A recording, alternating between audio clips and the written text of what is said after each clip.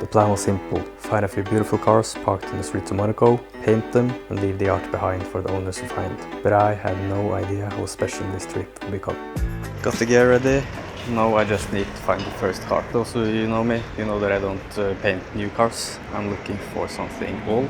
I mean, cars like that are cool to see, but they don't really speak to me. I'm looking for Testarossa, any older 911, even a Basemel E30 would do for me. I figured I would find the first car in like 30 minutes. I made it to Monaco, how hard could it be? But I kept walking. 2 hours passed, then 4, no classics in sight. Eventually I spotted a couple of them, but they were driving. And just when I thought I found the perfect car, it pulled away. This has turned out to be a lot harder than I expected, and I really wanted to find a car parked on the streets, but after almost 7 hours and 30,000 steps, I think it's time for plan B. You might not realize it, but Monaco is full of underground garages, and this is where you'll find some of the rarest cars. So I went looking. At first, it was just like the streets above, endless rows of hatchbacks and SUVs, but then I saw it. Just a perfect Ferrari F355, waiting for a painting to be made of it. It is like 40 degrees in here, but I can't miss this chance.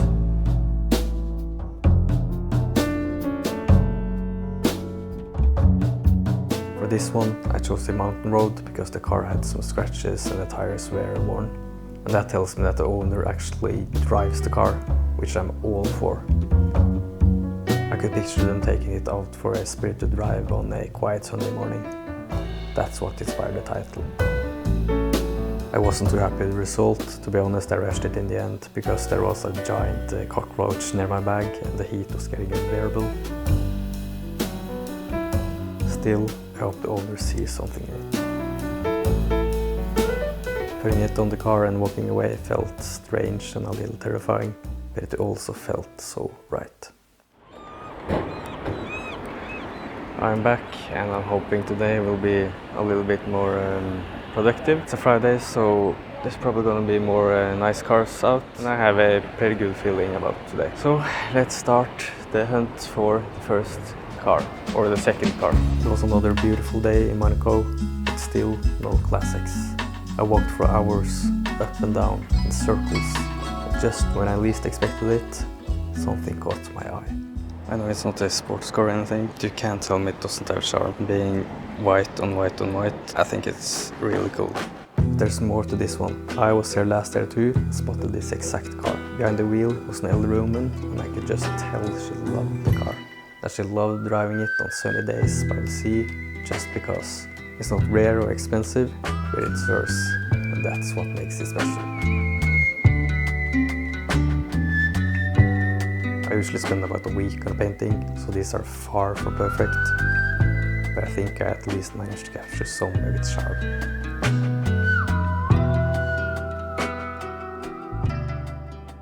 It's my last day here and I have one frame left. The first car was a great one, but it was street parked, and the second car was street parked, but it wasn't sporty or rare. I want the last car to be both. I want to find the perfect car in the perfect location. The day started out rough, but it didn't take long before I found something with potential.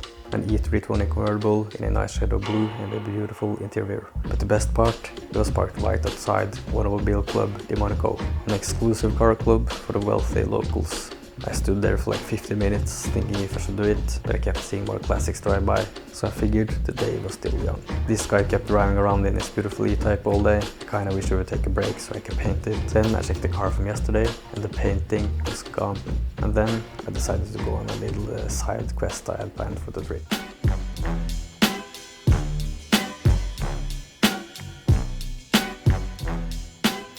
If you're in Monaco and find one of the stickers, post a photo of it on your story and tag me, and I will send you something in the mail. Not sure what yet, but you will get something for free in the mail sent to you. Then I realized time was catching up fast. I needed a car now.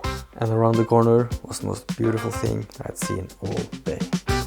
The Mercedes from earlier simply looked a bit bleak. And this one wasn't parked outside the Automobile Club. No, it was the Yacht Club, which is on a whole other level of exclusivity.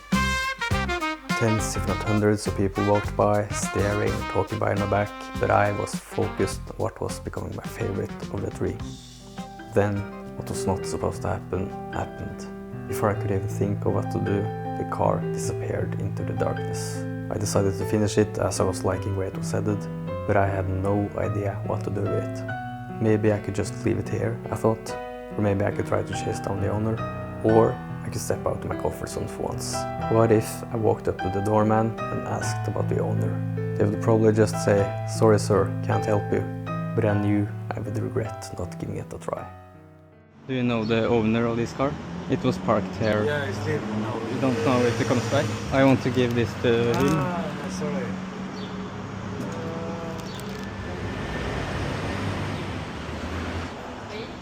Parce qu'il y a, tu sais, monsieur une Mercedes blanche là-bas.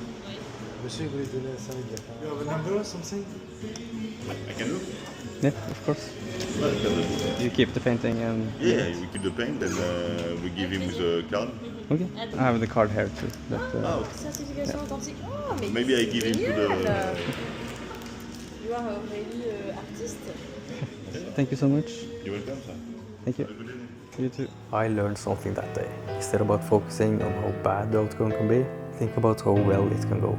Because that went so much better than I could have imagined. Yesterday I said it was my last day, but I had to come back one more time because while I was eating my dinner last night, I checked my emails and the lady with the Suzuki reached out. She said, "Thank you for the touching gift of the car that I got years ago, black, from California. As you can see, no white. Where are you? Give me a call. Best your way, Claudia." You know, I had to look up her name and I couldn't believe what I found out. This woman is a legend. Ex-Hollywood actress, now a photographer, shooting F1 races, and apparently she's the go-to for the royal family's portraits. She even met Senna back in the day, and the coolest part, she is over 90 years old and still doing what she loves. Meeting her would be worth the trip alone. I just had to push through my phone anxiety and make this call.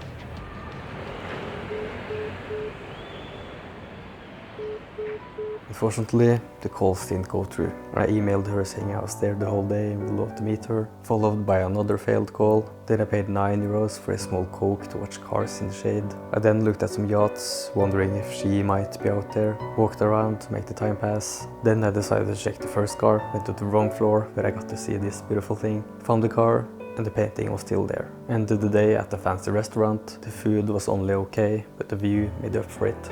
Still, no sign from Claudia. The day was coming to an end, and so was my trip. Meeting her would be the perfect end to the video, but maybe it was meant to be, because trust me, I will be back.